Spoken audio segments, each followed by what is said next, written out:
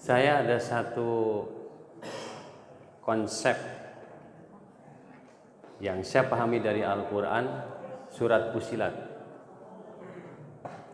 Surat Fussilat ayat 30, 31, 32, 33, 34, 35. Itu kalau dibaca dari awal sampai akhir, kita akan menemukan siapa sesungguhnya orang yang sabar itu. Baik, anak-anakku sekalian, kenapa Al-Quran itu sangat memerintahkan kepada kita, Allah mengingatkan, memerintahkan kepada kita untuk jadi orang sabar. Ternyata saya identifikasi ya, tokoh-tokoh yang sukses dan suksesnya luar biasa. Contoh, tokoh sukses yang sukses di pasar modal, investasi di pasar modal. Di Amerika ada Warren Buffett. Coba Anda baca kisahnya. Siapa itu Warren Buffett? Di internet dengan mudah. Jangan menghitung kekayaan Warren Buffett berapa ya. Tapi bagaimana awalnya dia bisa sampai menjadi orang terkaya. Di Indonesia ada Pak Dr. Andes Lokenghong. Jangan hitung kekayaannya dia sekarang. Tapi dulunya itu siapa gitu. Nah, anak-anakku sekalian, mungkin kalian tidak tahu ya. Dulu orang-orang yang kaya sekarang itu dulunya dia sangat miskin. Jadi miskinnya ekstrim.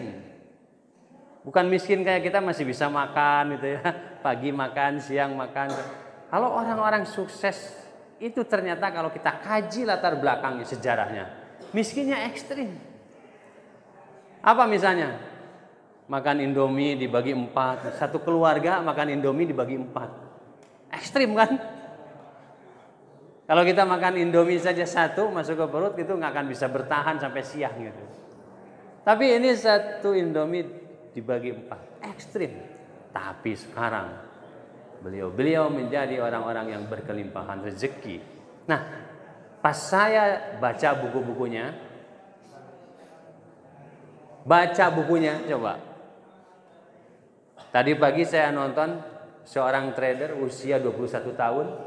Sekali trade dia dapat 40 miliar, 100 miliar. Usia 21 tahun. Lalu dia katakan, saya baca buku.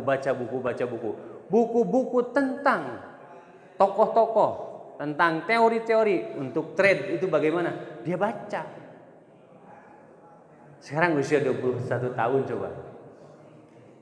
Kerjaannya di rumah trade. Sekali untung 60 miliar, 40 miliar. Jangan melihat ke situ, tapi latar belakangnya itu ada membacanya. Kemudian anak-anak sekalian, saya baca buku-buku tokoh Favier Abdul Jamal yang pernah kita undang ke sini. Dia market maker. Sekali transaksi dia sampai triliunan. Dulunya apa?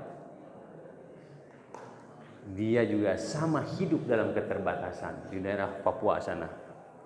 Sama, miskinnya ekstrim. Tapi karena dia punya cita-cita, dia punya kemauan dan mau belajar. Akhirnya sekarang beliau bisa mengedukasi banyak orang. Dan dari semua mereka yang sukses itu kuncinya ternyata dia bilang adalah semuanya itu adalah harus dibangun di atas kesabaran. Beliau berprinsip bahwa orang-orang yang tidak sabar, uangnya akan pindah kepada yang sabar.